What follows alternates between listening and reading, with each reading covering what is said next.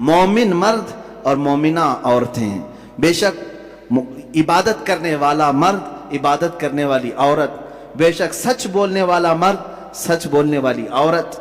بے شک اللہ سے خوف کرنے والا مرد، اللہ سے خوف رکھنے والی عورت. اور اللہ تعالیٰ نے فرمایا اور جو تصدیق کرنے والا مرد اور تصدیق کرنے والی عورت، روزہ رکھنے والا مرد، روزہ رکھنے والی عورت، اپنی شرمگاہ کی حفاظت کرنے والا مرد، اپنے شرمگاہ کی حفاظت کرنے والی عورت، اللہ کا کثرت سے ذکر کرنے والا مرد، اللہ کا کثرت سے ذکر کرنے والی عورت. 10 قسم کی صفات بیان کر کے رب تعالیٰ فرماتا ہے اعد اللہ لہم مغفرتا و اجرا عظیما. یہی لوگ ہیں جن کے لیے اللہ نے بڑا اجر عظیم تیار رکھا ہے. یہی وہ لوگ ہیں. یہاں پر 10 صفات میں نے جو ذکر کیا اس میں عورتوں کو ساتھ ساتھ بیان کیا گیا ہے. اگر تم مسلمان ہو تو عورتیں بھی مسلمان ہیں، اگر تم مومن ہو تو عورتیں بھی مومن ہیں، اگر تم صادق ہو تو عورتیں بھی صادقہ ہیں، اگر تم صائم و روزے دار ہو تو وہ بھی صائمہ ہیں، روزے دار خواتین بھی ہیں، اگر تم اللہ کا ذکر کرتے ہو تو اللہ کا ذکر کرنے والی عورتیں بھی ہیں. میرے عزیزو، اسلام کو عظیم نونہال جو ملے ہیں یقیناً کسی نہ کسی عورت کے گود میں پلے تو ضرور ہوں گے. ان کی ماؤں کا کردار ان کی تربیت میں ضرور ہے. ہم نے تاریخ کے بڑے بڑے بطل جلیل اور اولیاء کاملین مجاہدین کی زندگیوں کو دیکھا ہے جنہوں نے اپنے بچوں کی پرورش کیسے کی ہے. سیدنا غوث اعظم عبد القادر جیلانی رضی اللہ تعالیٰ عنہ، ماں کی تربیت ہمیں صاف نظر آتی ہے. سیدنا غریب نواز خواجہ معین الدین حسن چشتی رضی اللہ تعالیٰ عنہ، ماں کی تربیت وہاں پہ بھی نظر آتی ہے. بایزید بستامی، ان کے بھی ماں کی تربیت نظر آتی ہے. امام شافعی رحمۃ اللہ تعالیٰ علیہ، ماں کی تربیت وہاں بھی نظر